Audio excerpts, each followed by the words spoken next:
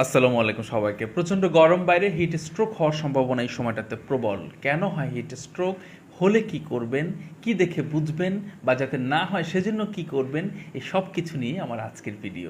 মূলত গরমকালে heat stroke কেন হয়? কারণ শরীর থেকে প্রচণ্ড পানি বের হয়ে যায়, সাথে লবণ বের হয়ে যায়, এবং এতে করে ইলেকট্রোলাইট ইমব্যালেন্স হয়। এটি মূলত হিট স্ট্রোক হওয়ার অন্যতম কারণ। কি দেখে বুঝবেন? শরীরের তাপমাত্রা হঠাৎ করে বেড়ে যায়, 104 ডিগ্রি ফারেনহাইট পর্যন্ত হয়ে যায়, হার্টবিট বেড়ে যায়, হৃদস্পন্দন বেড়ে যায়, পাশাপাশি প্রচণ্ড মাথা ব্যথা হতে পারে, মাথা ঘোরাতে পারে, বমি বমি ভাব হতে পারে, পেশিতে টান লাগে, পেশিতে ব্যথা হয়, এমনকি অচেতনও হয়ে যেতে পারে। এবং এর বাইরে আরেকটি লক্ষণ, সেটি হচ্ছে যে এতক্ষণ পর্যন্ত প্রচণ্ড ঘাম আসলেও হঠাৎ করে এই গরমে তার আর ঘাম আসছে না, ঘাম আসা বন্ধ হয়ে যায়। পাশাপাশি যেটি হয়, শরীরটা লালচে বর্ণের হয়ে যেতে পারে।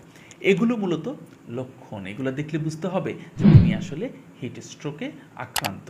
পরের যেটি সেটি হলো যে আসলে এই অবস্থা যদি হয় তাহলে আপনি কী করবেন।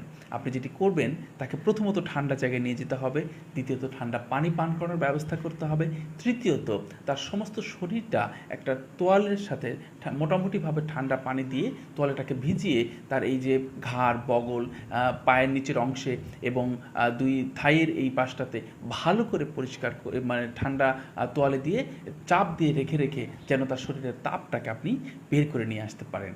এই প্রসিডিওর অবলম্বন করবেন, এবং এতে করে যদি তার অবস্থার উন্নতি না হয় তাহলে সাথে সাথে অবশ্যই তাকে নিকটস্থ হসপিটালে নিয়ে যেতে হবে, চিকিৎসকের পরামর্শ নিতে হবে। এবার আসেন, আপনি হিট স্ট্রোকে আক্রান্ত যেন না হন এই প্রচণ্ড গরমে, এই জন্য আপনার করণীয় কী?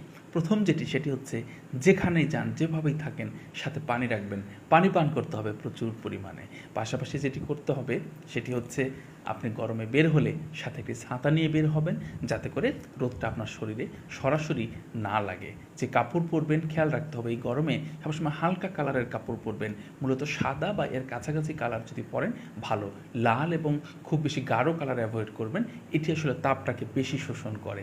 আরেকটি যেটি করতে পারেন সেটি হচ্ছে, বাইরে বের হলে সানগ্লাস নিয়ে বের হতে পারেন, এবং আপনি আরেকটি গুরুত্বপূর্ণ বিষয় সেটি হচ্ছে, ভাজা পোড়া এবং অতিরিক্ত চর্বি জাতীয় খাবার খেয়ে এই গরমে বাইরে যাবেন না। মোটামুটি এই বিষয়গুলো যদি ফলো করেন তাহলে হিট স্ট্রোক থেকে ভালো থাকবেন। একটু পরপর পানি পানের অভ্যাস রাখবেন, এবং যদি খুব বেশি পরিমাণে দেখেন যে ঘাম চলে আসছে, মাঝে মাঝে ডাবের পানি খাওয়ার চেষ্টা করবেন। এই বিষয়গুলো যদি মাথায় রাখেন, হিট স্ট্রোক আমাদেরকে ক্ষতিগ্রস্ত করতে পারবে না। নিজেকে সুস্থ রাখতে হলে অন্তত এই গরমে কয়েকটি বিষয় মাথায় রাখার চেষ্টা করবেন।